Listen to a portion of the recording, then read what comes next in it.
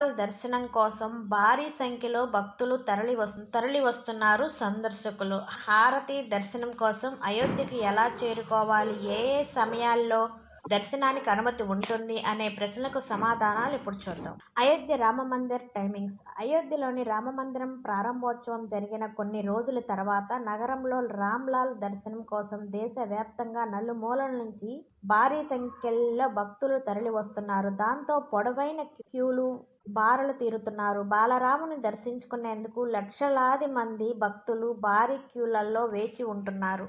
భక్తుల రద్దీ దృష్ట్యా శ్రీరామ జన్మభూమి తీర్థక్షేత్ర ట్రస్ట్ కీలక నిర్ణయం తీసుకుంది. భక్తుల కోసం ఆలయ ట్రస్ట్ హారతి దర్శనానికి సంబంధించిన కొత్తగా అప్డేట్ చేసిన షెడ్యూల్ను విడుదల చేసింది. భక్తులకు పూజలు చేసే అవకాశం కల్పించేందుకు ఆలయ ట్రస్ట్ దర్శన వేళల్లో కూడా మార్పులు చేసింది. ఈ మేరకు విశ్వ హిందూ పరిషత్ హారతి దర్శనం కోసం విడుదల చేసిన షెడ్యూల్ వివరాలను ఈసారి పరిశీలిద్దాం. అయితే చాలా మందిలో అయోధ్యను ఏ ఏ మార్గాల్లో చేరుకోవాలి, ఏ ఏ మార్గాల్లో ఎలా చేరుకోవాలి, ఎన్ని రోజులు అక్కడ ఉండాలి అనే దానిపై అనేక సందేహాలు ఉంటాయి. అందులో ప్రధానంగా ఆలయం దర్శించే సమయం ఎప్పటి నుంచి ప్రారంభమవుతుంది, ఎన్ని గంటల వరకు అనుమతిస్తారు, ఏ ఏ సమయాల్లో హారతి దర్శనం ఉంటుంది, ఆలయ దర్శన ప్రవేశానికి ఫీజు ఎంత ఉంటుంది, రామమందిరంలోకి హారతి దర్శనానికి ఏదైనా పాస్ అవసరమా, ఒకవేళ ఉంటే పాస్ ధర ఎంత ఉంటుంది, దర్శన టికెట్లను ఎలా బుక్ చేసుకోవాలి, ఆన్లైన్లో టికెట్ బుకింగ్ అందుబాటులో ఉందా, ఆలయ ప్రవేశానికి ఎలా అనుమతిస్తారు అన్ని ప్రశ్నలకు సమాధానాలను ఇప్పుడు చూద్దాం. ఆలయ దర్శన సమయం ఎప్పటి నుంచి ఎప్పటి వరకు? ఉదయం 7 గంటల నుంచి ఉదయం 11:30 వరకు దర్శనానికి అనుమతిస్తారు. ఆ తర్వాత మధ్యాహ్నం 2 గంటల నుంచి రాత్రి 10 గంటల వరకు అనుమతి ఉంటుంది. ఆలయంలో హారతి దర్శనానికి సమయాలేంటి? రామ్లాల్ విగ్రహానికి శృంగార్ హారతి ఉదయం 6:30 మొదలవుతుంది. ఆ తర్వాత మధ్యాహ్నం 12 గంటలకు భోగి హారతి ఉంటుంది.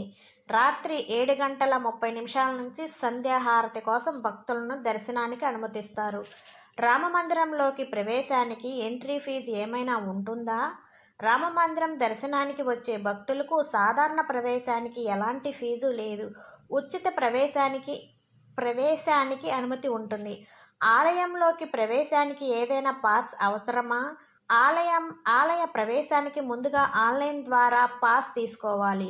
అందులో ప్రత్యేకించి హారతి దర్శనం కోసం పాస్ తప్పనిసరిగా ఉండాలి. హారతి దర్శనానికి పాస్ కోసం ఎంత చెల్లించాలి? హారతి దర్శనానికి తప్పనిసరిగా పాస్ ఉండాలి, కానీ హారతి దర్శనం ఉచితంగా భక్తులకు అనుమతి ఉంటుంది. హారతి లేదా దర్శనానికి టికెట్లను ఎలా బుక్ చేసుకోవాలి? హారతి లేదా బలరాముని దర్శనానికి టికెట్లను ఆలయ వెబ్సైట్ ద్వారా బుకింగ్ చేసుకోవచ్చు. ఆన్లైన్లో బుకింగ్ అందుబాటులో ఉంటుందా? ఆలయ దర్శనం కోసం ఆన్లైన్ బుకింగ్ అందుబాటులో లేదు. ప్రస్తుతానికి బుకింగ్ హోల్డ్ చేసి ఉంచడం జరిగింది.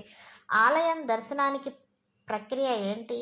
సాధారణంగా ఆలయ దర్శనం కోసం భక్తులకు అందించే పాసులపై క్యూఆర్ కోడ్స్ ద్వారా ప్రవేశించేందుకు అనుమతి ఉంటుంది. అయోధ్యకి ఎలా చేరుకోవాలి? అయోధ్య చేరుకునే భక్తులు రోడ్డు, రైలు, విమాన మార్గాల్లో చేరుకోవచ్చు. అయోధ్యలో బాలరాముని దర్శనం కోసం ఎన్ని రోజులు ఉండాలి?